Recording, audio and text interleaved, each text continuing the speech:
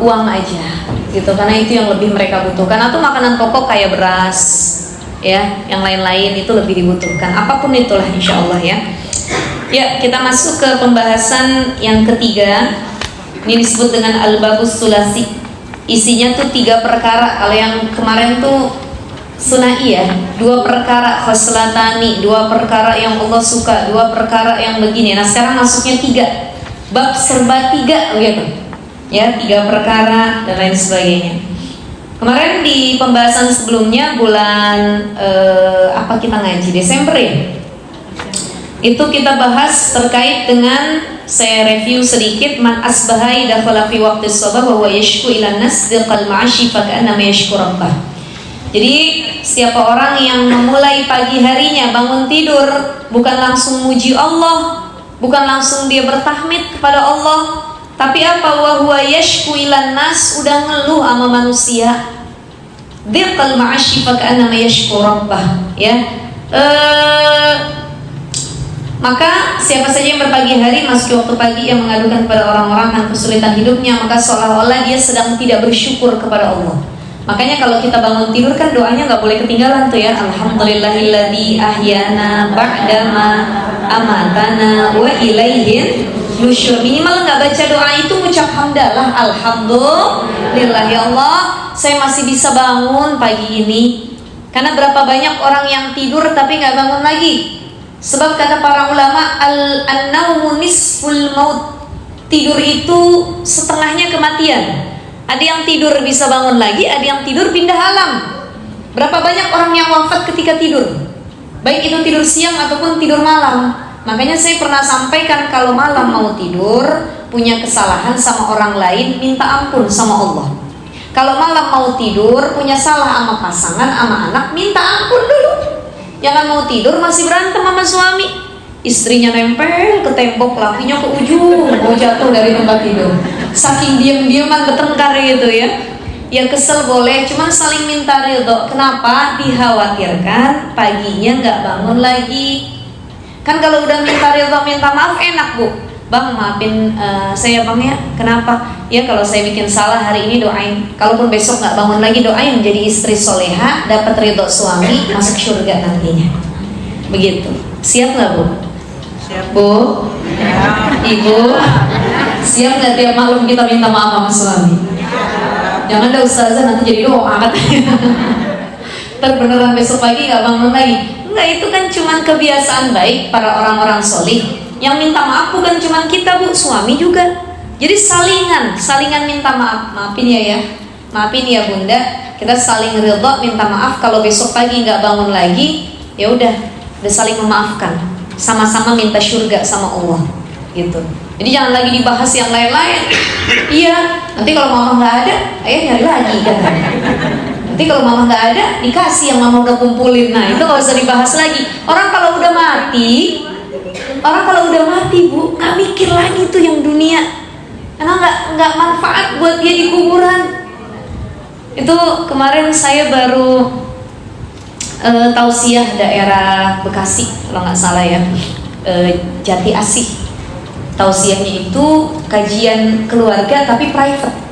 Jadi cuma satu keluarga, misalnya Mbak Vera sama suaminya sama anak-anaknya sama supir ART-nya gitu doang. Jadi satu keluarga, anaknya 3 sama para supirnya, para asisten, udah segitu doang di ruang tamu ngajinya. Saya bilang pas baru datang kaget juga ya. Saya tanya jamaahnya mana ya Pak ya? Ya Bu ya. Oh enggak ustazah, ini kajian private katanya keluarga. Oh saya bilang itu pertama kali. Dan ada yang lebih private lagi dari itu. Saya pernah dulu dihubungin sama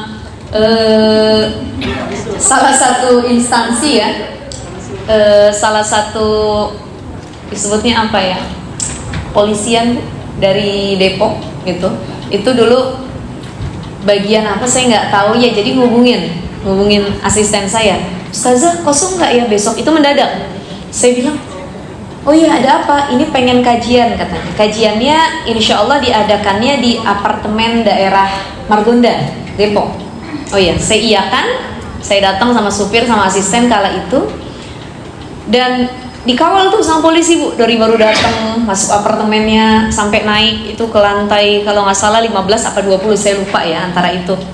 Jadi naik Dan itu dalam satu rumah apartemen. Ya, masuk, saya tanya, jamaahnya mana ya? Saya bilang, mohon maaf Ustazah, ini kata para pengawal-pengawalnya, polisi-polisinya, mohon maaf, jadi ini yang mau ngaji itu bukan jamaah full kumpul gitu, tapi kita minta Ustazah datang, itu tolong Ustazah nasihati, tausiah sama siapa? Anak salah satu petinggi kepolisian lah pokoknya, ada gitu ya. Saya nggak sebutkan anak salah satu petinggi. Jadi ini anak masa pubertas, lagi kuliah, kemudian punya problem sama orang tuanya, balik ke apartemennya, nggak mau pulang-pulang ke rumahnya. Tolong Ustazah nanti diceramahin, ditausiahin. Oh iya. Saya kira pengajian itu konsultasi gitu ya. Oh ini ngajinya di mana? Saya bilang di kamarnya Ustazah langsung katanya. Oh ya, saya bilang ini kayaknya bukan kajian, sesi curhat ya. Face to face gitu. Jadi ngajinya di atas tempat tidur ya. Yang ngaji juga bukan kayak ibu-ibu pakai jilbab gini, enggak gitu ya. Jadi curhat, Ustazah aku pengen curhat katanya. Oh iya ya, saya bilang Masya Allah, ini saya baru pertama kali kajiannya se-private ini gitu ya. Jadi langsung, dan itu dari awal nggak bilang karena mungkin takutnya saya nolak juga. Itu bener-bener cuman anaknya yang suruh saya nasihatin. Jadi seberapa lama saya bilang, ya pokoknya senyaman Ustazah, senyaman anaknya katanya. Jadi di situ yang aktif saya bilang, adek, ada yang mau diobrolin lagi? Aku bingung Ustazah katanya. Waduh, ini apa saya bilang? Jadi sesi ngobrol bareng gitu ya waktu itu ya. Ya saya rasa ada beberapa memang keluarga yang bikin kajian private dan mungkin mereka nggak punya waktu kalau datang ngaji keluar, dan itu langsung gurunya, ustazahnya yang dipanggil ke rumah. Jadi kajian rutin gitu ya. Nah itu kemarin satu keluarga cerita, itu benar-benar private Bu, di ruang tamu saya ngajinya, nggak pakai mic, nggak pakai apa, kayak ngobrol. Itu satu keluarga. Mereka bilang, Ustazah, kami satu keluarga sudah beli kuburan katanya, sudah mempersiapkan pemakaman. Yang tadi Ustazah cerita, pemakaman ada di daerah Karawang, saya nggak sebutkan namanya karena ini masuk YouTube, nanti takutnya promosi karena saya nggak di-endorse. Ada satu pemakaman mahal daerah Karawang ya Bu ya. Dan mungkin nanti next bakal ada pemakaman yang mahal juga yang serupa. Di Cinere belum ada Bu, belum ada. Karena Cinere paling mahal kuburan itu di angka 7-10 juta. Itu pemakaman umum. Jadi kalau mau aman itu punya satu lahan kosong tanah kuburan yang itu diwakafkan untuk satu keluarga besar. Jadi kalau wafat nanti gak bingung lagi dimakamin di mana ya, di kampung atau di kota ya, nggak bingung. Jadi udah punya tanah kuburan. Syukur-syukur tanah kuburannya itu dekat masjid. Jadi yang ngelola adalah masjid. Jadi yang sudah begitu. Nah ini mereka cerita, Ustazah saya salah nggak, satu keluarga sudah beli tanah pemakaman di daerah Karawang yang Ustazah cerita tadi, harganya mahal Bu. Satu lubang kuburan itu dibanderol dengan harga estimasinya itu sekitar 250 juta. Satu lubang kuburan, hampir seharga rumah tipe 45 ya. Dan yang paling tinggi itu ada yang di harga 1M untuk satu lubang kuburan. Bedanya itu secara fasilitas. Kalau yang ratusan juta fasilitasnya katanya lebih sempit, buat duduk keluarganya lebih dikit ya. Tanahnya juga tidak secantik tanah yang harga 1M. Kalau yang 1M itu areanya lebih luas, rumputnya lebih hijau, ada area untuk penginapan keluarganya, dan infonya malaikatnya lebih baik. 1M pakai AC gitu ya. Oh jadi di kuburannya dipasang AC gitu ya. Allahu Akbar. Jadi mau itu kuburan dipasang AC, air purifier ya tetap aja kuburan, nggak ngefek juga ya. Ya Allah ya Rahman. Jadi saya bilang sama tuan rumah kemarin, saya bilang Pak, Bu, ya nggak apa-apa. Saya bilang sangat boleh, Bapak sudah dengan keluarga itu sudah beli tanah kuburan yang harganya fantastik ya, mahal, dengan catatan memang ada duitnya, bukan pakai duit orang. Jadi ada orang pengen beli makam mahal, cuman duitnya duit orang atau hasil ngambil hak orang lain, itu yang nggak boleh. Jadi kalau ada rizkinya dan pengennya sudah nanti nggak repot lagi, ini jadi dia sudah booking tuh, keluarganya berapa, 5 orang, jadi sudah 5 lubang yang di booking. Ya, wafatnya kapan wallahu alam, tapi itu bagus menurut saya. Kenapa? Jadi dzikrul maut, pengingat kematian. Jadi kalau pengen bikin maksiat, dosa, itu saling ingetin tuh, watawassau bil haqqi watawassau bis sabr. Mah, Pak, yuk jangan bikin dosa. Kenapa? Kita udah booking lubang kuburan. Itu kan jadi dzikrul maut tuh. Ya. Bahkan yang pernah kita bahas ya Mbak Vera ya, Mbak Vera juga sudah melakukan itu sudah menyimpan kain kafan di lemarinya masing-masing. Kemarin saya kan punya kajian juga daerah Pamulang. Itu kajian fikih ya ibu-ibu. Telepon dari taklim ya, Ustazah, saya minta tolong dong Januari ini kajiannya kita jangan teori dulu katanya. Saya pengen praktek kepengurusan jenazah. Jadi kemarin saya praktek kepengurusan jenazah itu sama para jamaah dari mulai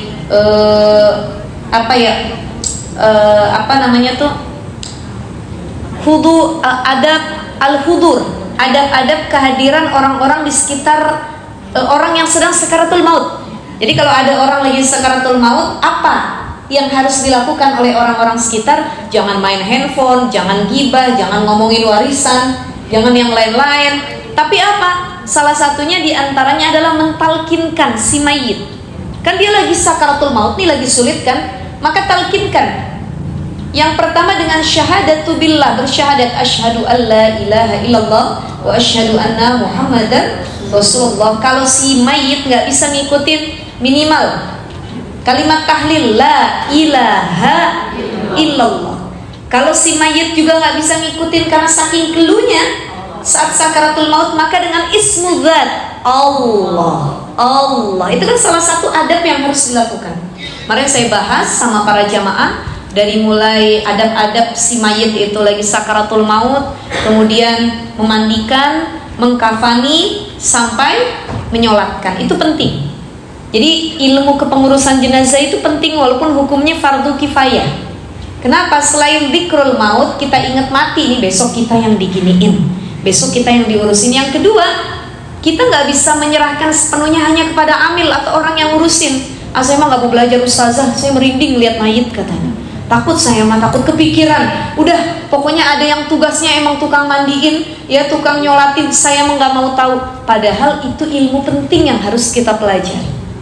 Minimal kalau orang lain mungkin ya udahlah kita nggak ikut berkecimpung, nggak apa-apa. Kalau itu suami kita sendiri, kalau itu orang tua kita sendiri, kalau itu saudara kita sendiri, minimal yang mandiin orang terdekat. Jadi kalau ibu kita meninggal, siapa yang paling berhak memandikan? Mahramnya, anak perempuannya, ibunya, saudara perempuannya, begitu juga suaminya, itu boleh. Maka penting kepengurusan jenazah, insya Allah lain waktu nanti kita bahas itu ya lebih rinci ya ibu-ibu ya. Mau saja. Saya satu dari lagi ngomong prolog di awal. Betul nggak sih saja katanya kan memang kalau misalnya istri wafat duluan, suami itu laki-laki disunahkan sebaiknya nikah gitu. Karena katanya setengah agamanya itu udah nggak ada lagi, jadi nanti jangan sampai dia wafat kosong gitu ya. agamanya setengah. Itu sebenarnya betul apa enggak sih? Maksudnya kalau kalimat sunnah itu tidak sunnah. Artinya kalau sunnah tuh maksudnya kalau kalimat sunnah betul sunnah ya, artinya dikerjain berpahala tapi ditinggalin nggak dosa. Artinya dia mau nikah lagi ya pahala. Kenapa dapat pahala? Kenapa disebut sunnah? Karena satu, menikah itu kan sunnah Nabi. Yang kedua, agamanya lebih sempurna disebabkan dia lebih mampu menjaga syahwatnya.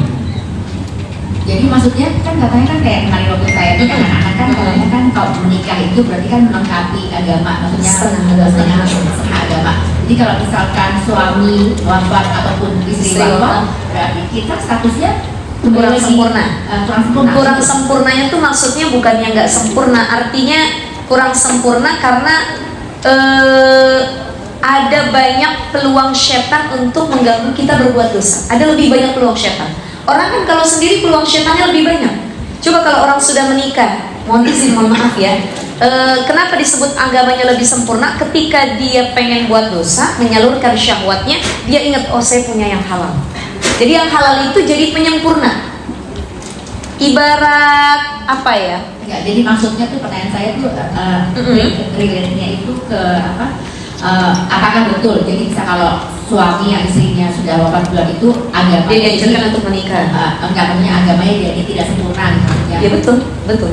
Jadi karena kan kesendirian itu nggak dihitung bahwa dia udah pernah nikah misalnya udah puluhan tahun itu kan udah itu dihitung. Jadi masih ada istrinya itu agamanya sudah sempurna. Artinya syahwatnya bisa disalurkan ke jalan yang benar. Itu yang disebut dengan agamanya sempurna. Imannya bisa dijaga. Kalau istri sudah wafat kan kembali lagi. Dia itu berikhtiar untuk menjaga dirinya sendiri. Karena yang halal sudah nggak ada.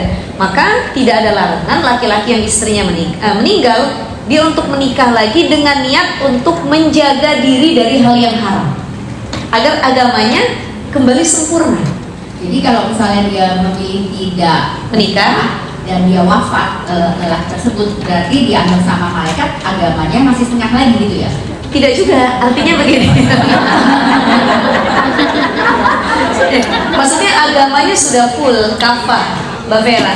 Jadi dibilang setengah kurang sempurna agamanya tuh berkaitan dengan syahwatnya yang disalurkan. Artinya urusan dia full atau tidak agamanya itu kan urusannya dengan Allah. Cuman memang dalam menjalankan perintah agama setiap harinya ada kekurangan. Jadi maknanya bukan kesempurnaan menjaga diri, tapi ada kekurangan karena dia tuh diliputi dengan kegalauan. Ya Allah, saya pengen nyalurin tapi nggak punya istri. Ya Allah, saya butuh tapi siapa ya gitu. Ya Allah, nah itu disebut dengan kekurangan. Sedangkan kalau wanita katanya sunahnya itu menikahnya dengan lelaki yang lebih baik daripada suaminya yang sebelumnya. Kalau bisa dapatin yang seperti itu. Tapi kan kalau jodoh kita nggak bisa memastikan, ya. Ya, mungkin Salamah itu ya. Ummu Salamah dapatnya langsung Rasulullah. Makanya doanya ibu-ibu kalau Mbak Vera, Allah alam, pengennya sih panjang umur pasangan kita. Kalaupun nanti ternyata suami wafat duluan, ya, ibu jangan mesem-mesem ini. Kalaupun andai kata suami wafat duluan, ikutin doanya tadi Ummu Salamah. Allahumma ajirni fi musibati wa khlufli khairan minha. Ya Allah, berikan pahalaku dengan musibah yang menimpa. Artinya kehilangan suami tercinta. Wa khlufli khairan minha, ya Allah, gantikan aku dengan yang lebih baik. Maka doa ini didawamin sama Ummu Salamah, digantiinnya langsung Rasul yang jadi suami keduanya. Ya kita kan nggak mungkin dapat suami kayak Rasul, tapi minimal lebih solih dari suami yang pertama. Kalau ibu jangan dibayangin, ini kalau ya, andai kata suami kita duluan, begitupun suami kalau istrinya wafat duluan, dianjurkan untuk doa demikian. Allahumma ajirni fi musibati wa khlufli khairan minha, ya Allah, kasih aku pahala. Dan andai kata diberikan ganti, kasih istri yang juga soleha. Kalau istri saya dulu soleha, maka saya juga minta yang soleha, ya Allah. Kalau suami saya dulu soleh, saya minta juga yang soleh. Nah seperti itu. Jadi nggak ada larangan Mbak Vera untuk menikah lagi, ya. Sebab apa? Gak usah mikirin gini, ada orang yang mau nikah lagi, nanti istri saya di alam kubur gak ridho sama saya, atau suami saya gak ridho kalau saya nikah lagi. Udah gak ada urusan. Karena kalau orang sudah wafat, dia sudah cerai, artinya cerai mati. Di situ sudah bukan pasangannya lagi, karena sudah terpisah alamnya, ya. Maka gak ada urusan lagi pasangan yang sudah wafat. Silahkan untuk mencari orang yang sekiranya bisa membantu menyempurnakan agamanya lagi, menjaga syahwatnya lagi. Itu doa Ummu Salamah bisa dipakai oleh wanita yang mungkin baru bercerai nih, gitu ya? Betul. Boleh. Jadi gini, doa itu bukan cuma buat orang yang kehilangan suami yang wafat, tapi siapapun yang kena musibah. Ya, mohon maaf, ada orang yang wafat anaknya, ada yang wafat orang tuanya, ada yang wafat pasangannya, ada yang bercerai dengan pasangannya, ada yang mohon maaf baru ditipu, ada yang kena bangkrut. Itu kan musibah semua, bala yang Allah kasih. Nah ketika kita ridho, baca doa itu, Allahumma ajirni, ya Allah, yang berat ridho dengan musibah yang hadir, kasih aku pahala sebab kesabaranku ngadepin musibah ini, ya Allah. Wa khlufli khairan minha, gantiin dengan yang lebih baik jika engkau berkenan, ya Allah. Jadi apapun itu Mbak Vera, yang cerai pun boleh dia doa kayak gini, ya Allah, kalau kemarin pernikahanku ternyata sampai situ jodohnya dan mudorot kalau dilanjutkan, maka wa khlufli khairan minha, gantikan aku dengan yang lebih baik, ya Allah. Jadi saling doainnya begitu, ya Bu, ya. Kalaupun ternyata Allah alam, nauzubillah, artinya ini kan kemungkinan yang lain. Jadi kita tuh nggak bisa menutup kemungkinan pasangan meninggal, itu kan kemungkinan yang pasti terjadi. Kemudian perceraian dalam rumah tangga, itu juga kemungkinan yang bakal terjadi. Kalaupun terjadi demikian, jangan pernah menyalahi takdir, tapi doa yang tadi. qadarullah wa ma syaa fa'ala. Allahumma ajirni fi musibati wa akhlif li khairan minha ya Allah. Engkau yang punya takdir semuanya ya Allah. Wa akhlif li khairan minha, gantikan aku dengan hal yang lebih baik ya Allah. Itu ya Bu ya. Itu mintanya sama Allah. Gitu ya Mbak Vera ya. Saya izin lanjutkan ya. Jadi kemarin nggak boleh, pembahasan yang bulan lalu tuh nggak boleh kita di pagi hari udah mengeluh, apalagi yang dikeluhkan masalah dunia. Ngeluhnya bukan sama Allah, tapi ngeluhnya sama sesama manusia. Bangun tidur udah ngeluh sama suami, ya Allah bang, kapan sih kita punya rumah yang bagus? Gini mulu rumah. Bangun tidur nggak enak bener mandangin tempat tinggal. Oh itu kan udah ngeluh tuh pagi hari, dan ngeluhnya curhatnya sama manusia.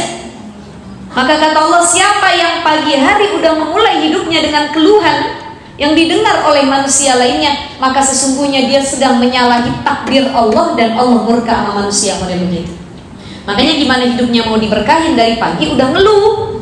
Coba pagi-pagi mujinya Allah, alhamdulillah. Ya Allah, emang sakit badan saya semua, asam urat rematik ya Allah. Kalau bangun pegel badan semua ya Allah. Tapi saya yakin ini bukti cintamu kepadaku ya Allah. Alhamdulillah. Tuh ngeluhnya langsung sama Allah. Itu yang kemarin ya. Jadi jangan sampai di pagi hari pertama mengeluh sama manusia. Masih ingat ibu-ibu? Yang kedua, jangan sampai yang dikeluhkan perkara dunia, li umurid dunia hazinan faqad asbasa khitan Allah. Jadi satu, gak boleh pagi-pagi langsung ngeluh sama manusia. Yang kedua, yang dikeluhkan ya masalah dunia. Dan yang ketiga, wa man tawaddu'a li ghinan lil ghaniyin li ghinahu faqad dhahaba thulutsa dinihi. Dan yang ketiga, ada orang yang pagi hari mengawali hari sudah merendahkan dirinya di hadapan orang-orang kaya. Ya, faqad dhahaba thulutsa dinihi. Maka sungguhnya siapa saja yang merendahkan diri terhadap orang kaya karena kekayaan yang dimiliki orang tersebut, maka sungguh telah hilang 2/3 agamanya. Nah ini jadi artinya apa? Keluhan kita tuh nggak boleh diberikan kecuali kepada Allah. Jadi kalau punya keluhan, baliknya kembalinya kepada Allah. Jangan merasa ada yang mampu memberi solusi selain Allah. Kan kalau kita datang sama orang kaya, Bu, saya susah banget Bu, saya yakin cuman ibu yang bisa ngasih makan saya, cuman ibu yang bisa menghilangkan kemiskinan saya, berarti dia meminta kepada selain Allah. Nah itu bahasan kita yang bulan lalu. Kita masuk bahasan yang selanjutnya. Wal maqalatus saniyatu, maqalah yang kedua. Kalau kemarin yang pertama, Nabi Bakar Siddiq, dari Sayyidina Abu Bakar Siddiq radhiyallahu an, beliau berkata, apa kata beliau? Salasun la tudriku bis salasin.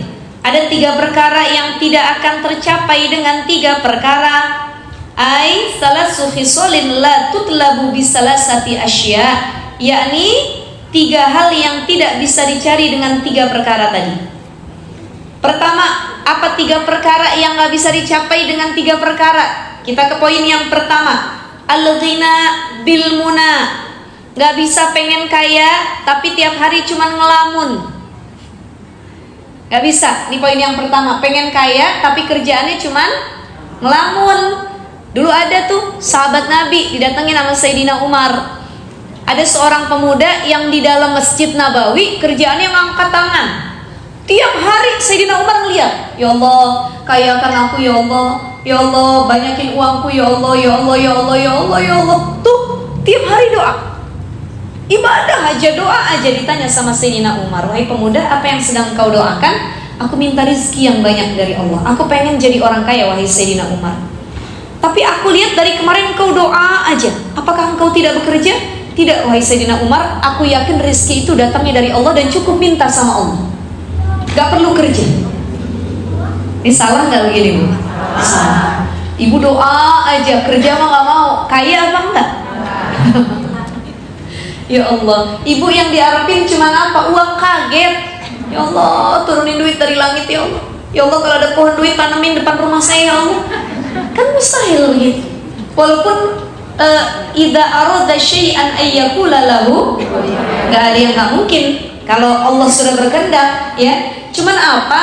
Kata Sayyidina Umar bin Khattab, usaha tanpa doa kosong, doa tanpa usaha bohong. Orang kalau pengen kaya raya ya ikhtiar. Orang pengen punya banyak hal ya harus punya skill. Orang kalau pengen ini itu ya usaha. Maka harus balance. Doa iya, usaha iya, berjalan beriringan. Ibu, suami berangkat kerja, ya Allah, angkat derajat suamiku, ya Allah, naikkan jabatannya, naikkan gajinya, ya Allah, cukupkan keluarga kami, ya Allah. Buatlah suamiku mampu meratukan aku sepenuhnya, ya Allah. Itu kan doa ibu-ibu begitu ya, Bu ya. Tiap sholat tuh. Ini kan harus balance. Istrinya doa, suaminya usaha. Lah kalau ibu doa, suaminya nggak mau kerja di rumah aja, gimana mau kaya raya? Atau mungkin diri kita sendiri cuma doa tapi nggak ada kerja usaha, bagaimana mau kaya raya? Maka suami istri kalau pengen berkah rumah tangganya, pengen berkah rizkinya, mereka harus kolaborasi. Ibu, tadi kesini udah cium tangan kan ya? Udah? Benar? Udah? Suami berangkat kerja selalu cium tangan? Halo? Dia ada yang keceplosan, enggak katanya. Bagaimana kolaborasi yang epik yang baik? Suami mau berangkat kerja, ucelup, istri nganterin sampai depan pintu, dibenerin. Kalau berangkat ke kantor dasinya ditarik, benerin. Tas kopernya dikasih. Itu kan kalau mau ke kantor. Kalau suaminya mau ke sawah, cangkulnya dikasih. Bang, cangkulnya ya. Kalau suami mau dagang bakso, gerobaknya dikeluarin. Ya kan masing-masing ya Bu ya. Dengan pekerjaan yang ada, alhamdulillah. Dianterin suaminya sampai depan. Abang, mau usaha ya, mau kerja? Iya, mah doain papa ya mah ya. Iya, cium tangan suami, bismillahirrahmanirrahim, cium bolak-balik. Sudah kita cium tangan, kita doakan, ya Allah, mudahkan rezeki suamiku, aku redha ya Allah, aku ikhlas ya Allah, aku doakan suamiku pulang membawa keberkahan, kerjanya jadi ibadah, engkau ridhoi setiap langkahnya ya Allah. Itu doa istri tuh. Sudah kita cium tangan, suaminya cium kening istrinya, bismillahirrahmanirrahim. Ibu jangan dibayangin Bu, tapi dipraktekin. Ya, dicium keningnya istrinya, kata suaminya sambil cium keningnya sambil doa. Kebanyakan suami ngedoain istri itu pas akad nikah doang. Kan kalau lagi akad nikah itu setelah angkah tuka wa zawajtuka gitu ya, qabiltu nikahaha wa tazwijaha, saya terima nikah dan kawinnya dibayar tunai, udah tunai, alhamdulillah, barakallahu lakum, saling cium tangan. Baru kata yang tukang motonya, suaminya cium jidat istrinya cium. Nah nyiumnya itu bukan sekedar nyium, tapi ada doanya. Bagaimana doa suami mendoakan istri, dan itu dilakukannya jangan cuma pas akad nikah, tapi tiap hari mau berangkat. Sebelum berangkat, ibu, bu, ini besok sampein ke suami ya Bu ya. Bang, kalau nanti mau berangkat, mama cium tangan abang, abang cium kening mama, ya. Maksa ya nggak apa-apa, tapi itu jadi kebiasaan gitu ya. Ini ada suami istri yang kalau mau berangkat kerja kayak orang nggak kenal gitu ya. Ma, papa berangkat ya, ya kunci pintu Pak Panci. Pas suami mau pulang, tutup. Istrinya lagi nonton sinetron, ada yang lagi nonton drakor, ada yang lagi hip dengan rajin lah, ya. Papa ya, iya Ma, bukain dulu. Mama lagi nonton, udah nggak dikunci, buka aja buka. Ya. Hilang keberkahannya tuh kan, dilepas suaminya. Bismillah.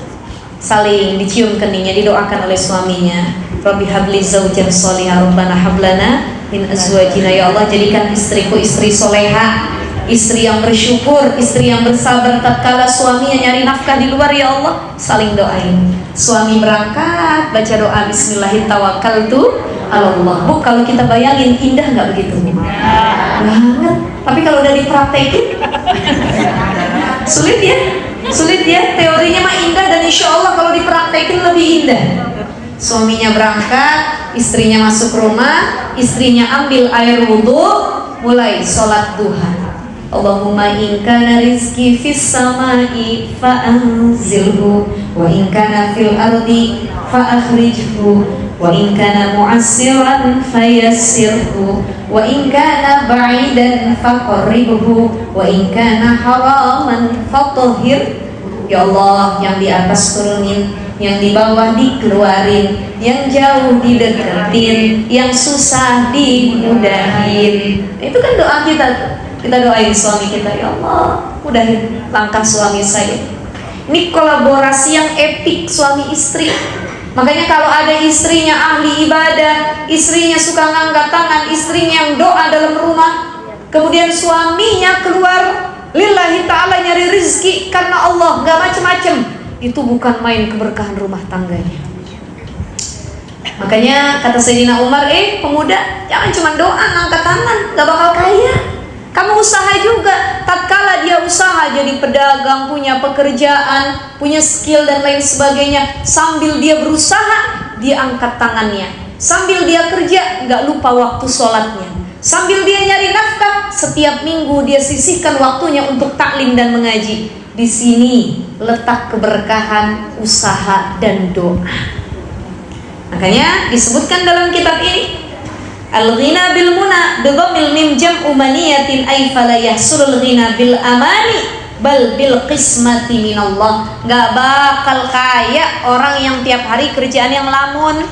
Kalau tadi pemuda masih bagus, dia doa. Ini mah ngelamun, Bu. Ngelamun. Ya tahu kan ibu ngelamun ya? Jadi kata Imam Kusyairi, wal farqu bainar raja wa bainat tamanni. Ay at-tamanni yurisu sahibuhu al-qasru. Apa bedanya roja dengan tamani? Ini dicatat nih, Bu. Roja dengan tamani, apa bedanya? Kalau roja itu disebut dengan al-juhdu wal jiddu, ya. Jadi gini, roja ini sikap terpuji di mana disebut dengan harapan, cita-cita, ya, harapan atau cita-cita. Jadi roja itu berharap sesuatu, ya, bercita-cita sesuatu disertai dengan amal, itu namanya roja, ya. Maka fil lugha disebut juga dengan al-amal. Roja itu cita-cita. Wa fil istilah ta'alluqul qalbi bi mahsuli mahbubin fil mustaqbal. Keterikatan hati pada hasil yang cintai di masa depan. Artinya orang itu nggak disebut roja kalau dia nggak sambil beramal. Dia punya harapan, punya cita-cita, tapi sambil diamalin. Ya Allah, saya pengen umroh ya Allah tahun depan. Apa yang harus dia lakukan? Nabung, belajar fikih umroh, cari ilmunya. Ada rezeki, taruh lagi, daftar umrohnya, daftar hajinya. Itu yang disebut dengan roja. Dia berharap sama Allah sambil ikhtiar. Tapi ada yang disebut dengan tamanni, ya, tamanni. Ar-roja maqaranahu amal wa illa fahuwa unniyah. Harapan itu masih mesti disertai amal. Jadi cita-cita itu harus dibarengin amal. Kalau nggak dibarengin amal, namanya angan-angan. Itu yang disebut dengan tamanni. Di taman itu ngelamun, diem, berangan-angan. Ibu duduk di bangku di tempat tidur, habis nonton sinetron, atau habis nonton apa, ibu sukanya drakor apa dracin? Hah? Enggak, atau suami yang suka dracin? Lebih rame itu ya. Itu ya Allah, banyak suami-suami yang kalau diem nonton ini dracin ya. Habis nonton sinetron, ya Allah indah bener di sinetron, ibu ngelamun dia. Ya Allah, saya pengen begini, begitu. Dilamunin tuh, didiemin. Tercapai atau enggak? Karena itu lamunan yang nantinya dirasuki oleh setan, yuwaswisu fi sudurinnas. Makin ditiup tuh sama setan, ngelamun aja. Itu namanya tamani, angan-angan, khayalan namanya. Jadi beda roja dengan tamani. Jadi kalau tamani itu namanya berkhayal, tapi nggak ada usaha. Tapi kalau roja bercita-cita, berharap disertai dengan amal ataupun usaha, gitu ya.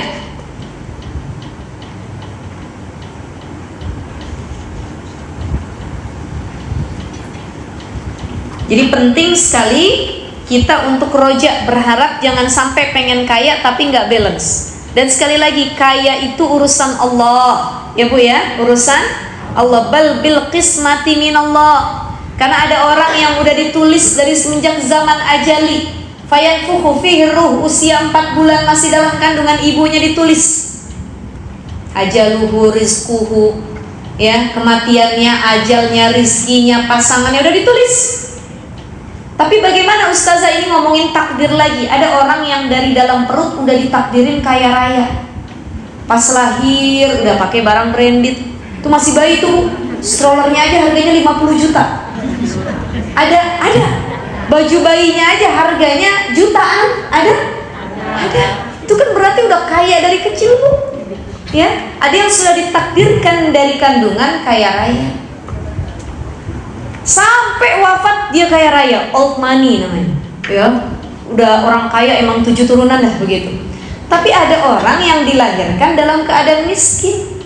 Cuman tadi innallaha la yughayyiru ma biqaumin hatta yughayyiru ma bi anfusihim.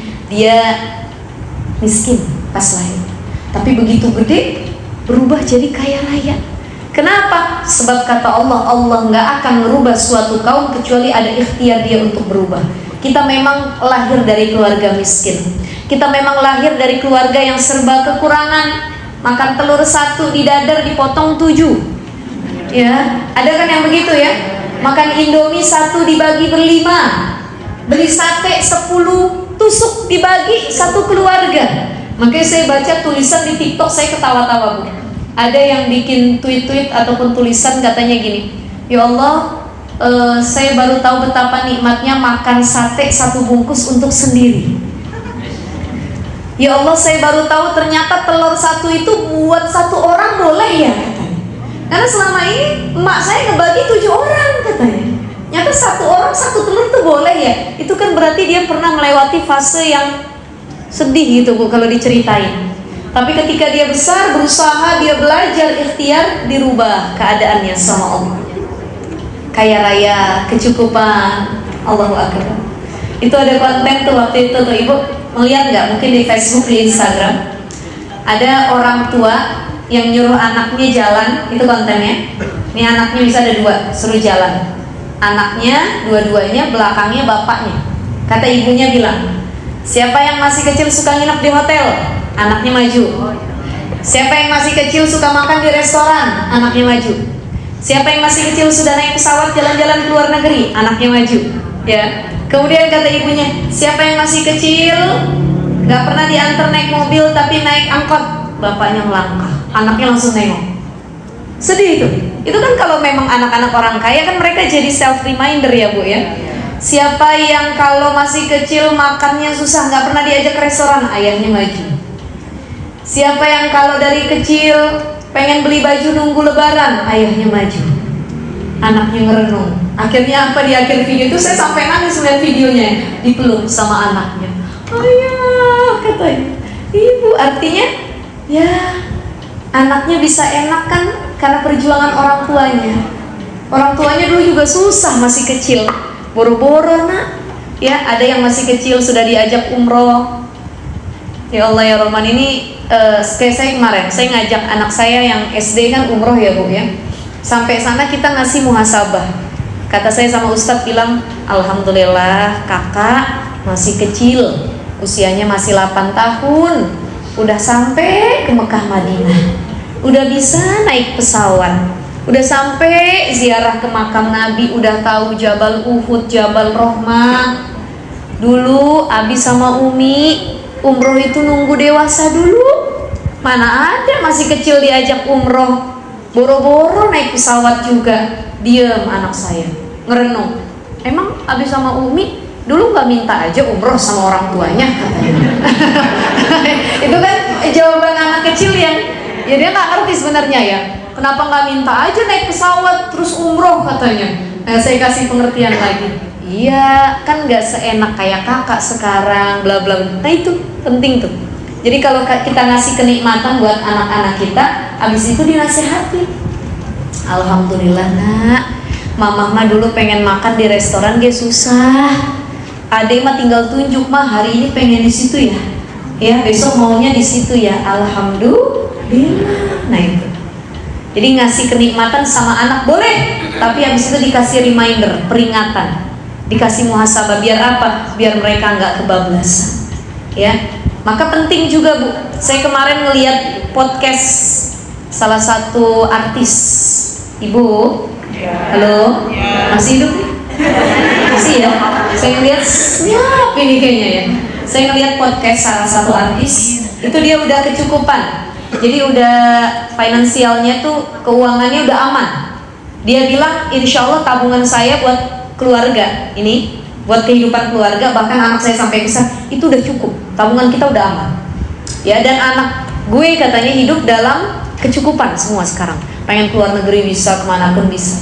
Cuman prinsipnya bagus nih, kita contoh. Apa dia bilang? Dan ketika di momen dia merasa udah cukup finansialnya, keuangannya terpenuhi, anak-anaknya hidupnya enak, nggak kayak dia dulu waktu kecil. Di situ dia ketampar, berpikir, ya Allah, nggak bisa nih anak saya dimanjain begini, nggak bisa. Karena ada satu momen dia ngajak anaknya jalan-jalan, ya, ke luar negeri atau luar kota, saya nggak tahu. Dan anaknya pengen buang air besar, adanya kayak market, minimarket. Disuruh buang air kecil di situ, anaknya nggak mau. Aku bukan level aku deh, katanya, bukan level aku papi. Aku nggak suka buang air kecil di sini, tempat umum katanya. Aku harus di hotel atau di restoran, di tempat yang mahal. Nah di situ dia langsung ketampar Pak, sebagai seorang ayah. Akhirnya dia berpikir, oke, gue kasih kemewahan, kekayaan buat anak-anak, tapi ini nggak bisa diteruskan sepanjang itu. Takutnya nanti, ya kita lihat sendirilah anak-anak yang dimanjakan seperti apa. Maka dia akhirnya punya cara bagaimana dia punya kemewahan, tapi juga memberikan ruang anaknya untuk berusaha. Misal, ini kan itu artis ya Bu ya. Ini kalau kita hidup dalam kekayaan, kemewahan. Ada orang tua yang dikit-dikit manjain anaknya dengan dalih apa? Saya mah, anak saya harus senang, jangan kayak saya dulu. Kalau saya mah susah, anak saya mah kudu senang. Itu salah tuh prinsipnya. Itu prinsip yang akhirnya menjerumuskan anak dalam keburukan. Banyak orang tua yang suka ngomong begitu, ya, itu anak makan dikasih terus, yang diminta nggak pernah dibilang enggak. Biarin Pak, biarin, kita kan susah dulu, anak kita mah kudu seneng, dikasih semuanya. Itu salah prinsip. Membentuk anak yang manja dan tidak mau menghadapi hal yang buruk ataupun susah. Namanya hidup kan turun naik Bu. Sekarang ibu manjain, duitnya lagi banyak. Lah kalau tiba-tiba nggak punya duit, bagaimana kehidupannya yang akan datang? Maka harus dilatih. Kita kaya raya, punya banyak harta. Oke, saya latih anak saya bagaimana? Saya masukin pondok pesantren. Biar tahu makan itu kudu rebutan. Biar tahu tidur itu nggak selalu pakai AC. Biar tahu nyuci baju sendiri. Biar kata anak orang kaya, di pesantren aku kudu nyuci baju sendiri. Nah itu kan melatih. Jadi jangan sampai memanjakan 100%, karena nanti efeknya yang akan datang mereka nggak tahu bagaimana menghadapi kehidupan yang sulit. Gitu ya ibu-ibu ya. Jadi yang pertama apa? Nggak bisa kaya kalau tiap hari kerjaannya ngelamun aja. Apa yang dilamunin? Kadang-kadang yang dilamunin itu harta orang. Makanya orang kenapa gampang penyakit dengki itu masuk ke dalam dirinya. Dengki, iri, hasad. Semua senang lihat orang susah, susah lihat orang senang, karena kerjaannya tiap hari ngelamun, ngebandingin harta dia sama orang. Menghayal. Aduh, kalau saya punya harta kayak dia enak bener. Ah, dia mah sombong bener. Nah, itu akhirnya iri dengki. Karena sering ngelamun. Dan orang yang lebih sehat hatinya dari penyakit iri dengki adalah orang yang hidupnya disibukkan dengan kebaikan. Makanya jangan sering ngelamun. Sering ngaji, sering zikir, sering baca Quran. Orang kalau sering ngelamun, yang sering dipikirin milik orang daripada milik sendiri. Terus Bu ya, itu yang pertama. Yang kedua, baik, kita singkat. Wasyababu bil khidab, fala yahsul syababu bi khidab sya'ri bil hina wa nahwihi. Yang kedua adalah muda itu nggak bisa didapat dengan semir rambut, semir alis, semir janggut, Semir bulu mata, kan ada orang yang putihnya bukan cuma rambut, bulu matanya ikut putih, Bu. Ada ya? Itu kalau udah tua tuh bulu matanya aja ikut beruban. Disemir tuh bulu matanya. Semir. Ya.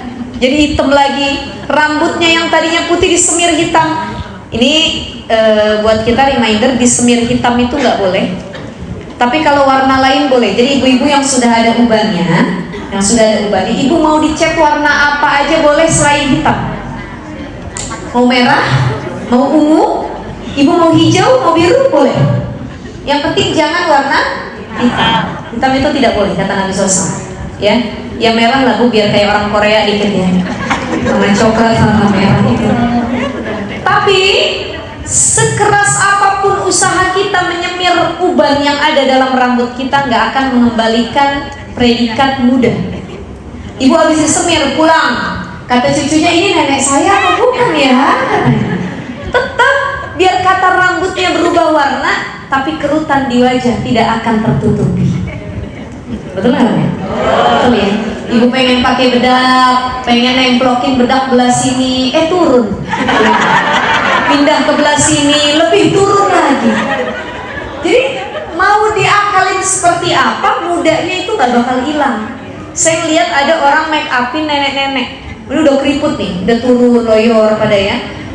Jadi bersyukurlah kalau ibu sudah ada di fase itu, artinya ibu dikasih waktu lebih banyak sama Allah, dikasih panjang umur sama Allah. Ya, ada nenek-nenek di make upin sama mu'a. Tuh saya ngeliat waktu itu. Jadi saking nenek itu pengen tolong ya kerutan saya jangan kelihatan. Ini pipinya udah jatuh nih Bu, turun begini nih. Ya. Akhirnya sama muanya dipakein lakban. Itu saya lihat. Jadi di lakban dari sini ditarik sampai sini Bu. Kan yang tadinya turun dari area dagu ke pipi itu naik tuh kenceng tuh. Di lakban, ya. Kemudian dari sini ke sini di lakban ditarik karena udah begini, akhirnya ditarik. Kenceng. Walaupun abis di make up layaknya gadis usia 30 tahun ya, cuman kan tua itu tetap nggak bisa disembunyikan. Ada orang artis-artis yang operasi plastik, dulu ada lehernya dioperasi. Gimana dia nggak mau kelihatan kerutannya? Ya kita kalau udah ada kerutan Bu, kita ngaca, jangan lupa baca doanya, Allahumma kama hasanta khalqi fahasir khuluqi alhamdulillah. Ya Allah, perasaan dulu cantik, sekarang lebih cantik lagi. Cuman bedanya kerutannya aja. Ya, tangan dulu kencang, tiba-tiba mulai loyo. Paha dulu kencang Bu, sekarang ya Allah loyo-loyo, alhamdulillah. Itu karunia dari Allah. Jadi ini disebutkan kedua, fala yasul syabab, nggak bisa muda itu diperoleh bi khidhabi sya'ri bil hina, dengan menyemir rambut pakai inai, pacar warna. Jadi ibu-ibu kalau nanti mau nyemir juga harus lihat kandungannya. Kalau bisa inai atau henna yang halal, ya. Jangan sampai cuman karena mahalnya bagusnya tapi nggak tahu kandungan halal atau tidaknya. Nah ini nggak akan bisa. Orang mau disemir sebulan sekali, kalau yang namanya tua udah. Ya. Jadi tua itu ada 3. Ini saya ngomong agak kasar nih Bu, mohon maaf Bu. Tapi tua itu pasti, ya. Dan saya berharap juga saya nyampe ke umur sebagaimana ibu-ibu saat ini. Jadi beruntunglah ibu-ibu yang sampai saat ini masih dikasih hidup sehat sama Allah. Dinikmati saja masa tuanya, alhamdulillah. Tua itu ada 3. Ada tua pamor, ada tua umur, ada tua kejemur. Ya, ada tua pamor. Ada orang masih muda tapi punya jabatan, punya kedudukan, punya ilmu, dituakan sama orang. Padahal masih muda tapi dituakan, tuanya tua pamor namanya. Ada yang kedua, tua umur. Tua umur itu penglihatan sudah mulai kabur, ya, ubannya sudah mulai bertabur, giginya satu persatu mulai gugur, makannya tiap hari, kalau jalan maju, emang begitu? Enggak maju. Ya artinya pikun Bu, mana ya, kemana katanya. Bahkan kadang-kadang lupa rakaat sholat. Ini udah berapa ya katanya. Nah itu alhamdulillah kalau ibu sudah sampai di fase itu, Allah sayang, dikasih nikmat usianya panjang sama Allah. Karena kata Nabi Shallallahu Alaihi Wasallam ya, annahu su'ila, Nabi itu pernah ditanya sama para sahabat, wahai Nabi, ayun nasi khair, siapa manusia yang paling baik wahai Nabi? Maka Nabi menjawab, man tala umruhu hasuna amaluhu. Kata Nabi, orang yang paling baik selama hidupnya adalah ia yang dikasih umur panjang sama Allah, dan umur panjangnya dipakai buat berbuat baik. Panjang umur, amalnya banyak. Nih cita-cita kita. Ada orang umurnya panjang tapi ahli maksiat, sholat kagak mau, nutup aurat gak mau, gibah rajin, ngadu domba orang, hobi. Ya, nah ini umurnya tua, panjang umurnya tapi tidak berkah. Maka kata sahabat bilang, qila fa ayyun nasi syarrun, kalau yang paling buruk dalam hidupnya siapa wahai Nabi? Man tala umruhu wa sa'a amaluhu, orang yang umurnya panjang tapi amalnya buruk. Kita pengennya yang mana Bu? Umurnya panjang, amalnya banyak. Nah, insya Allah mudah-mudahan kita masuk di antaranya ya. Dan yang ketiga, yang terakhir ya sebelum kita tutup nih, wasihatu bil adwiyati fala tahsulu sihatu bi nafsil adwiyati bal bi syifaillahi ta'ala. Yang ketiga, apa yang nggak bisa dicapai dengan hal tersebut, sehat dengan obat itu nggak bisa. Maka penyembuh itu datangnya dari Allah, bukan dari obat. Maka dalam Al-Quran kita lihat, ketika diturunkan ayat Al-Quran ataupun Al-Quranul Karim, apa kata Allah? Wa nunazzilu minal Qur'ani ma huwa shifa'u wa rahmah. Ini saya nyebut nama saya sendiri ya Bu ya, karena nama saya jadi doa ini mudah-mudahan. Orang tua saya dulu namain, kan nggak sembarangan Bu ya, mungkin ada pertimbangannya kenapa dinamain syifa begitu. Oh, syifa itu artinya penyembuh. Ada syifa, ada dawa ya. Kalau dawa artinya obat, kalau syifa artinya penyembuh. Saya ingin tanya, apakah selalu yang menyembuhkan pasti dengan obat? Ibu palanya puyeng, apakah harus minum obat? Diajak belanja sama laki hilang puyeng. Berarti belanja itu jadi apa? Ya. Makanya kata Nabi SAW, likulli da'in dawaun, setiap penyakit ada obatnya. Dain ini adalah penyakit dalam artian fisik, bengek, pilek, batuk, korengan, sakit, gula, itu penyakit fisik, jasmani. Likulli da'in dawaun, dan dawa itu adalah makna untuk obat fisik.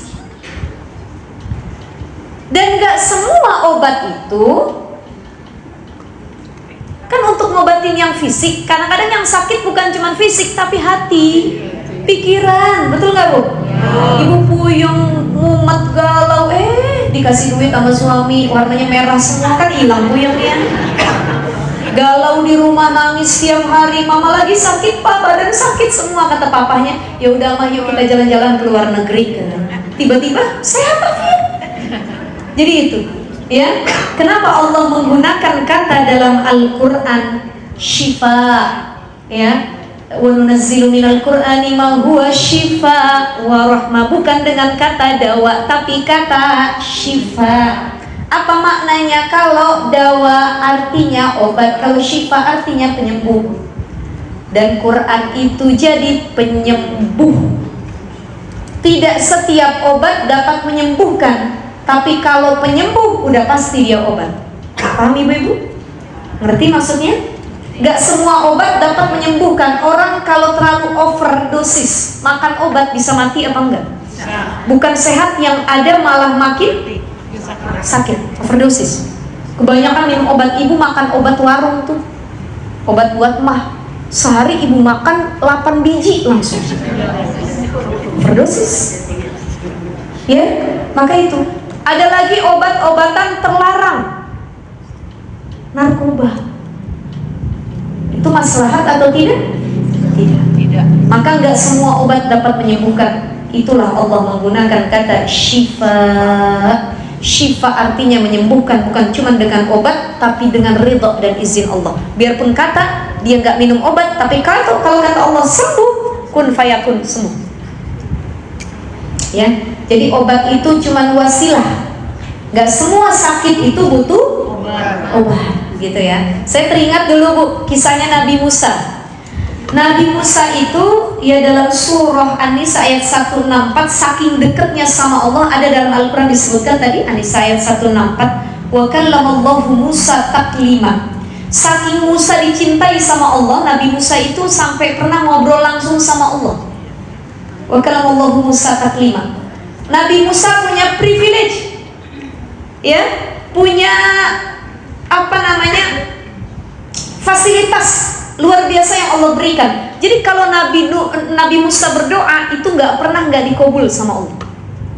Cuman hentakin tongkatnya berubah jadi ular.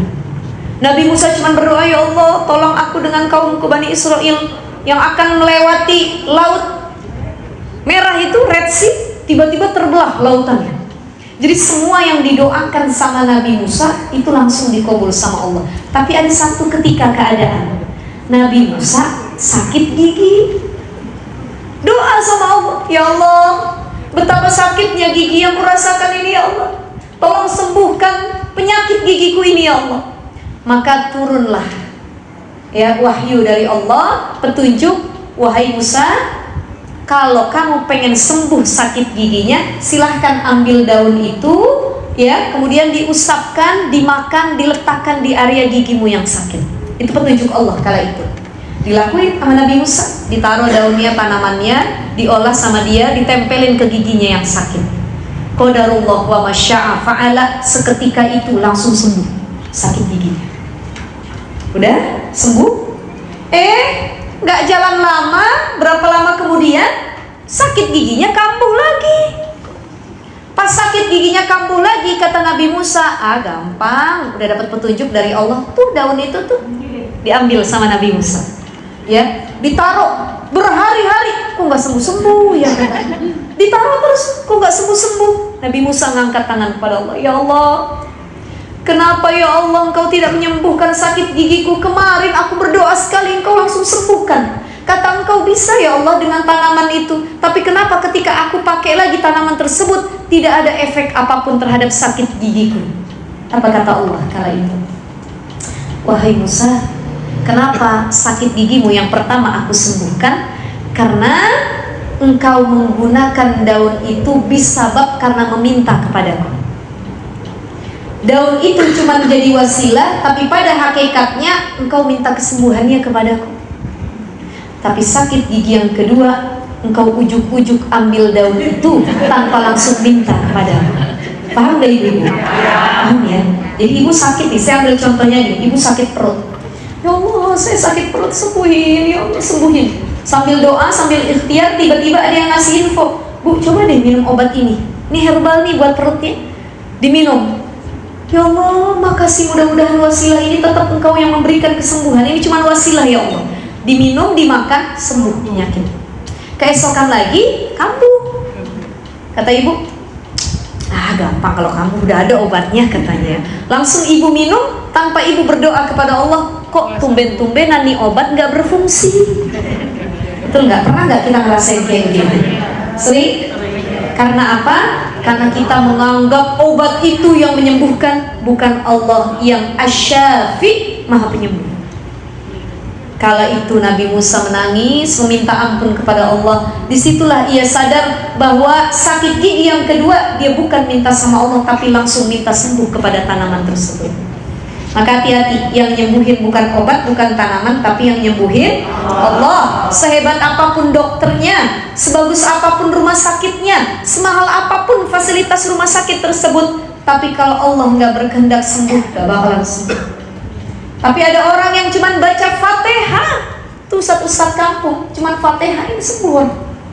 Kenapa? Karena benar-benar meminta kepada Allah Subhanahu wa Ta'ala. Ini jadi pelajaran buat kita. Kalau sehat itu tidak bisa dengan obat, karena sehat itu bisyifaillahi ta'ala, melalui penyembuhan yang berasal dari Allah ta'ala. Insyaallah ini jadi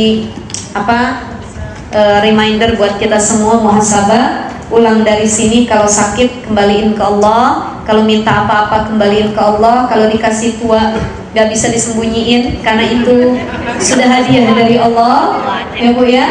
Kalau pengen kaya raya, ikhtiar sama doanya harus seimbang, gak bisa cuma ngelamun, karena semua yang ngasih Allah dan akan kembali kepada Allah. Baik Ibu-ibu, sampai sini ada pertanyaan sebelum saya tutup? Mudah-mudahan ada yang ingin bertanya. Pak Ustazah Syifa, silakan. Izin saya minum ya, Ibu ya. Bismillah. Ya silakan Bunda, mungkin di luar tema juga boleh ya Ustazah ya. Boleh. Ya silakan, untuk ada Ustazah, ayo silakan bertanya apa yang ingin ditanyakan. Enggak? Yakin gak ada yang mau bertanya? Oh iya, silakan ya.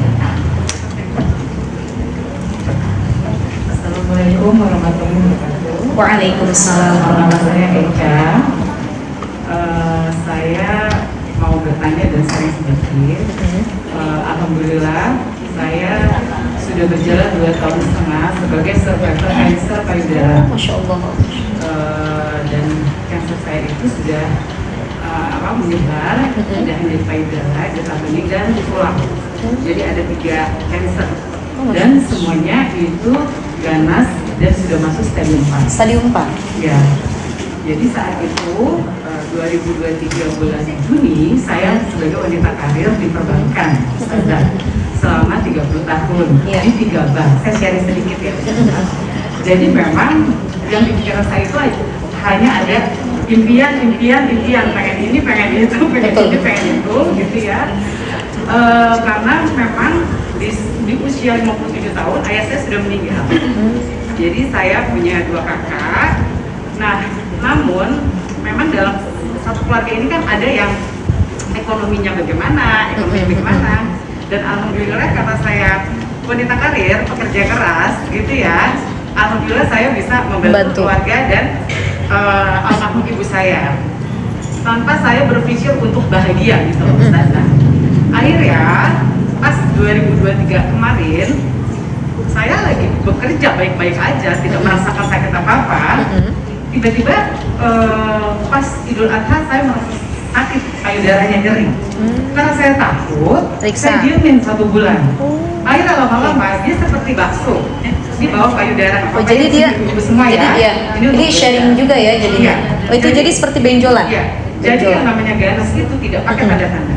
Iya. Jadi kanker yang berbahaya itu tidak pakai tanda-tanda. Betul, nggak ada ya. Saya pengen sharing kayak Itu nggak ada bridgingnya ya, tiba-tiba aja. Iya, karena saya wanita karir, itu jujur, saya tuh kalau makan pengennya yang cepat. Jadi jam Instan ya. bakso, mie ayam, apalah samping kantor tuh semuanya jago, dari burger, pizza semuanya ada. Jadi real foodnya jarang. Ya, jarang. 4 sehat 5 sempurna hanya Sabtu Minggu. Oke. Dan di otak saya tuh cuma impian gitu ya. Akhirnya saya disentil sama Allah di 2023 bulan Juni. Sakit payudaranya, panas dingin, saya pikir mau menopause karena waktu itu usia saya 50. 50. Iya kan?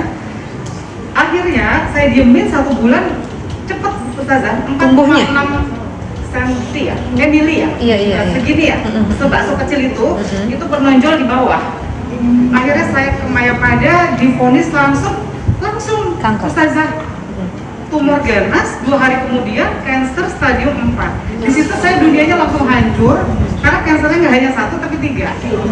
Itu di mohon maaf ya, di PD yang berbeda atau satu PD? Di sini aja. Dan saya melakukan 2 rumah sakit karena saya nggak percaya, gitu kan. Ternyata kanker juga, kanker tetap di sini. Akhirnya di situ saya hancur, udah pasrah. Ya mungkin kalau nggak kuat iman agak gila sedikit gitu ya. Saya cuma berpikir berapa lama lagi bisa mati, gitu kan. Ya alhamdulillah saya punya kakak mungkin Mbak Miske itu menguatkan saya untuk kajian kesini. Tapi kan saya nggak bisa lagi cancer. Jadi saya ikutin terus tuh online. Terus saya divonis untuk segera, kalau nggak segera bisa berjalan kemana-mana. Itu harus operasi ya. Mbak. Saya akhirnya ke MRCC Siloam, tadinya mau ke Penang, tapi dokter saya alhamdulillah sainis ya dan non muslim, ya itulah Allah kasih saya profesor Wasilah ya. umur 69 dan dia Islam.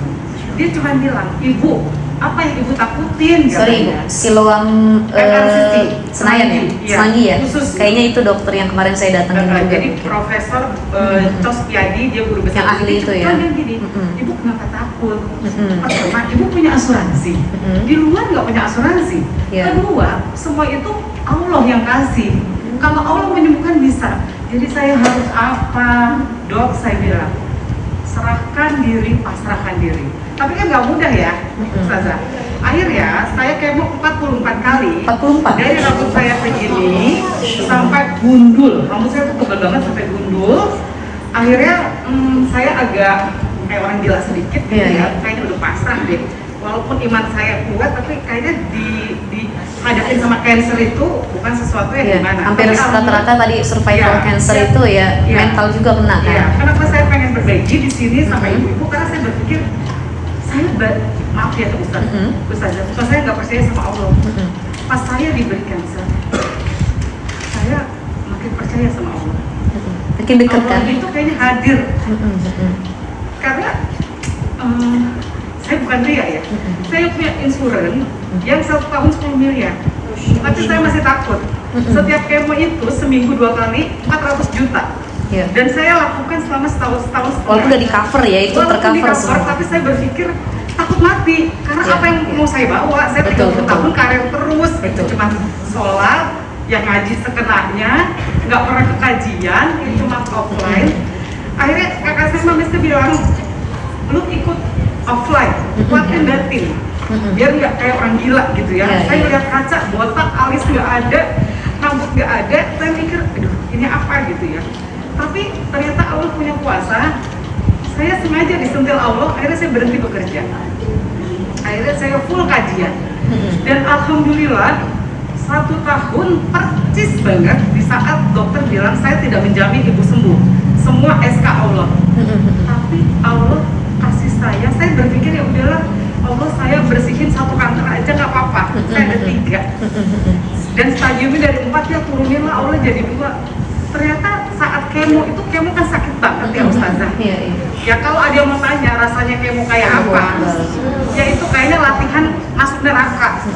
Dipegang sakit. Belum lagi afternya kan? Iya, Panasnya, dipegang sakit, apanya badannya semua. belum yang terkena. Setiap kemo panas saya 40. Iya, Dan iya. kakak saya cuma bilang istighfar, jangan lepas. Jadi saat kemo saya tetap la ilaha illallah. Karena saya berpikir umur saya bisa kapan aja. Iya. Banyak orang yang 2 kali, 3 kali kemo kan lewat ya. Alhamdulillah dengan kajian Rumil ini sambil di kemo sambil Terus online. ingetin sama Allah. Nah, sambil online Dengerin dengerin kajian. kajian-kajian. Alhamdulillah ya, saya bisa melewati 44 kali Ustazah. Dan Allah tuh maha baik. Saya dikasih bersih total. Sembuh sama Allah. Jadi saya selalu, maaf ya, kenapa dari tadi saya pegang handphone, saya punya grup cancer. Saya bilang kalau sembuh jangan berpaku sama obat, tapi bertakwa, merubah diri ke kajian. Ini ke kajian gak gampang loh Ustazah, setannya banyak ya. Pasti ke mall aja, ke arisan, kemana. Saya dulu ke kajian sama kakak saya, sekarang kakak saya ke kajian lain, saya jalan sendiri. Dan saya kalau nggak ke kajian, maaf ya, saya kayak sakau. Saya merasa, ya kalau gue mati kapan, gimana? Jadi saya lebih melangkah seperti ini. Jadi ya, saya cuma sharing ke ibu-ibu. Ini kalau- ujian, jangan pernah bilang itu ujian. Tapi Betul, itu betul. hadiah dari Allah. Kalau saya Karena ambil- Allah pengen sentil kita supaya kita lebih baik. Betul. Nah, pertanyaan saya adalah Ustazah, kadang kalau orang tahu saya sembuh, selalu bilangnya gini, kok kamu bisa sih sembuh? Pas saya kena cancer, kok kamu bisa sih kena? Pas saya dibayarin insuran sampai setahun 3,5 M, kamu sih enak, punya asuransi.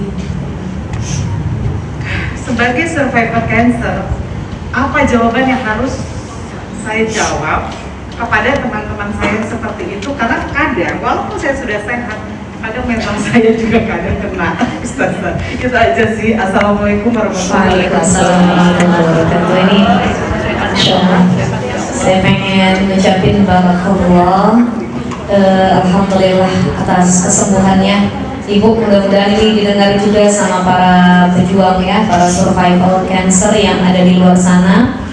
Karena banyak orang yang ketika kena cancer mereka nggak bisa survive, dan yaitu kadang-kadang gini, yang membunuh bukan cancernya tapi mentalnya yang sudah down terlebih dahulu.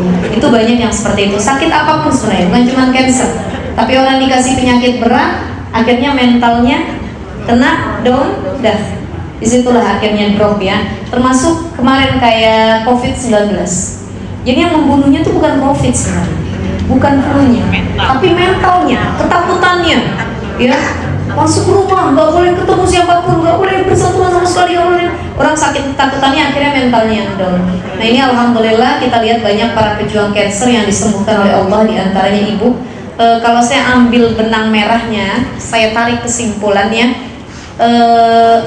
ini sesuai dengan firman Allah, walanabluwannakum bisyarri wal khairi fitnah. Kita nih hidup Ibu, ujian kita dua, kesenangan, kesedihan ya. Mungkin Allah tuh kemarin ngasih bala ya, penyakit itu masuk dalam kategori bala ya. Jadi tanda Allah cinta sama hamba itu ibtalahum, diuji. Jadi kalau ada hamba yang nggak pernah diuji, hidupnya istidraj. Tapi kalau dia diuji, tandanya Allah masih cinta sama kita. Oke, dikasih bala, salah satunya penyakit. Mungkin kemarin saat kita senang, kita lebih sulit dekat sama Allah. Tapi ketika Allah kasih ujian, di situ Allah pengen bikin kita sadar bahwa ternyata saya tuh punya Allah kemana aja dari kemarin. Sebab banyak orang yang diuji dengan kesenangan, dia makin lalai Bu. Saya ambil contohnya sholat. Orang kalau makin kaya, sholatnya makin cepat, takbirnya Allahu Akbar, Assalamualaikum. Tapi semakin dia sedih, semakin dia diuji dengan kesedihan, kemiskinan, penyakit. Saya yakin yang lagi dikasih sakit pun itu takbirnya aja beda. Oh, ini bukan cuma yang sakit, yang banyak utang juga begitu. Dari mulai takbirnya dirinya udah beda. Allahu Akbar, Bismillahirrahmanirrahim. Artinya ada orang yang memang baru sadarnya tatkala diuji dengan kesedihan. Tapi ada orang juga yang diuji dengan kesenangan, dia sudah menyadari itu. Nah masing-masing. Artinya apa? Kesedihan, kesenangan, semua ujian. Harta banyak itu ujian. Pasangan tampan cantik itu ujian. Penyakit itu ujian. Semua ujian dari Allah. Dan orang yang masih diuji sama Allah, tandanya Allah rindu sama kita. Allah pengen tahu, kamu ridho gak? Kamu ikhlas gak melewatin yang saya kasih? Kalau kamu ikhlas melewati hal tersebut, saya akan naikkan derajat kamu lebih tinggi, derajat untuk lebih dekat denganku. Kan di sini ada hikmahnya. Allah kasih ibu penyakit, di situ ibu lebih merasakan kehadiran Allah. Ya Allah, ternyata sebanyak apapun duit saya, asuransi saya, nggak ada yang bisa nolong. Sehebat apapun dokter itu yang saya datangin, semahal apapun rumah sakitnya, dokter akan tetap mengatakan, mohon maaf ibu, saya cuma dokter yang nyembuhin Allah. Ibu mau bayar saya puluhan miliar juga, saya nggak bisa bikin orang hidup lagi. Saya nggak bisa bikin orang lari dari kematian. Saya nggak bisa nyembuhin penyakit orang, karena kembali Allah yang punya kuasa. Itu. Di sini Allah ngedeketinnya dengan cara yang baik. Jadi Allah cuma pengen ngasih apa disebutnya ya. Ini contohnya gini Bu, kita dulu sekolah kan ya Bu ya. Kita semua sekolah. Ngadepin ujian kita sampai nangis nggak Bu? Susah banget matematika nih, ya Allah, aku yang bener ngitungnya. Sampai nangis kita belajar, begitu ngisi ujian pelan-pelan kita. Tapi qadarullah ketika sudah kita ikhtiar melewati tangisan itu, lulus ujiannya. Bahagia apa enggak? Bahagia. Dan dari ujian itu kita bilang, ya Allah alhamdulillah, kalau nggak diuji kemarin saya mungkin nggak tahu tuh akar matematika ini. Jadi ujian Allah itu memberikan efek bahwa sebenarnya kita butuh Allah. Iyyaka na'budu wa iyyaka nasta'in. Gak ada tempat kembali, harta gak ada nilainya, semua gak ada nilainya kecuali Allah. Dan di sini selamat, ibu sudah lulus ujian. Karena setelah Allah kasih penyakit, ibu jadi hamba yang lebih qarib, dekat sama Allah. Hatinya bertaut ke majelis, pengennya ngaji, sholatnya mungkin insya Allah lebih khusyuk lagi. Nah itu gak usah pernah disesali yang pernah terjadi. Justru itu jalan kita dekat sama Allah. Oke, kita baca Fatihah juga ya buat Ibu Teresia ya Ibu ya. Ibu Teresia Amelia Arsil binti Arsil Navaro, mudah-mudahan sembuh total, benar-benar disembuhkan oleh Allah Subhanahu wa taala, tidak akan datang lagi penyakitnya. Dan kita doakan juga yang sedang berjuang seperti Ibu Teresia dulunya, mudah-mudahan baik itu pejuang kanker ataupun yang lainnya Allah berikan kesembuhan, sakit apapun itu diberikan keikhlasan, dan mudah-mudahan dengan sakitnya sebagai penggugur dosa dan yang membuat kita lebih dekat kepada Allah Subhanahu wa taala. Ala hadhihi niyyah wa ala kulli niyatin shalihah wa ila hadratin Nabi al-Fatihah. A'udzu billahi minasyaitonir rajim. Bismillahirrahmanirrahim. Alhamdulillahi rabbil alamin arrahmanir rahim maliki yaumiddin. Iyyaka na'budu wa iyyaka nasta'in ihdinas siratal mustaqim siratal ladzina an'amta 'alaihim ghairil maghdubi 'alaihim waladdallin. Terakhir sebelum saya tutup, kalau mau lihat gambaran penyakit itu paling dekatnya lihat Nabi Ayub alaihissalam. Nabi Ayub bukan kanker sih Bu, cuman berat banget penyakitnya. Mungkin ibu dulu kanker tahun 2023, sembuhnya 2024. Alhamdulillah. Dan itu lama juga ya, 1 tahun kan berjuangnya luar biasa. Tapi mari, ketika kita lagi ngerasain beratnya itu, ini gak usah ibu-ibu deh, saya deh nih ya, saya lagi diuji sama Allah, sakit juga. Kemarin saya kena dermatitis atopik, ya. Ini termasuk tangan saya perubahan kulit, jadinya kayak panu nih. Jadi kayak panu apa disebutnya, tapi ini bukan panu, namanya hipopigmentasi. Dan ini prosesnya berbulan-bulan sembuhnya. Muka saya juga, cuman karena saya tutupin make up jadi nggak kelihatan. Ini semuka nih, ini kalau kelihatan ada kayak dikit kan. Nah ini kalau dibuka sebenarnya putih kayak gini semuanya. Dan ini qadarullah kejadiannya cuma seminggu kemarin. Saya pulang after umroh. Ternyata apa, melanin dalam kulit saya berkurang, dan saya nggak bisa kena matahari sama sekali. Yang ada nanti terbakar lagi merah, saya nggak tahu karena apa. Datang ke dokter, udah berapa dokter yang saya datangin? Karena pengen sembuh, pengen hilang. Kalau kemarin tuh sambil gatal, sambil panas muka, sambil menggaruk ya. Tapi ketika walaupun sekarang sudah seperti ini, awal-awal saya ngaca, saya nangis gitu Bu. Saya bilang, ya Allah kok jadi gini wajah ya. Ini gimana hilangnya, orang nyangkanya panu. Saya bilang, aduh ya Allah gimana. Saya datang ke banyaknya dokter. Tapi sekarang saya mulai berdamai dengan diri saya sendiri. Saya ngaca, saya bilang Alhamdulillah ya Allah, ya nggak apa-apa, saya bilang masih bisa ditutupin sama make up. Saya bilang kan, ada orang yang kulitnya bukan bermasalah lagi, kena kanker kulit malah. Saya bilang alhamdulillah. Jadi kalau kita lagi nggak terima nih dengan ujian yang lagi kita hadapi gitu ya, semua kita kan punya ujian ya Bu, termasuk penyakit. Maka lihat orang yang lebih susah ujiannya dari kita. Nabi Ayub 18 tahun penyakitnya baru sembuh. 18 tahun Nabi Ayub. Itu saking hebatnya itu penyakit kulit Nabi Ayub, sampai kalau beliau pakai baju tuh kulitnya nempel sama bajunya. Itu saking dimakan belatung itu dalam riwayat ya. 18 tahun, kita 1 bulan aja udah banyak ngeluh kita kan, nangis kita ya wajar, kita manusia. Tapi tatkala kita berat banget, lihat Nabi Ayub alaihissalam, ya Allah, seberat apa dulu Nabi Ayub, kemudian dibalikan lagi nikmatnya sama Allah. Nah itu tanda kita pengen dideketin lebih dekat sama Allah. Gitu ya Ibu ya. Baik Ibu-ibu, karena sudah setengah 12, insya Allah nanti kita lanjut lagi di kajian bulan depan. Masih ada kajian? Atau Ramadan masih ya? Mudah-mudahan semua dalam keadaan sehat afiat, panjang umurnya sampai ke bulan suci Ramadan. Kita sama-sama baca doa kafaratul majlis. Subhanakallahumma wa bihamdika asyhadu an la ilaha illa anta astaghfiruka wa atubu ilaik. Kurang lebihnya mohon maaf. Assalamualaikum warahmatullahi wabarakatuh.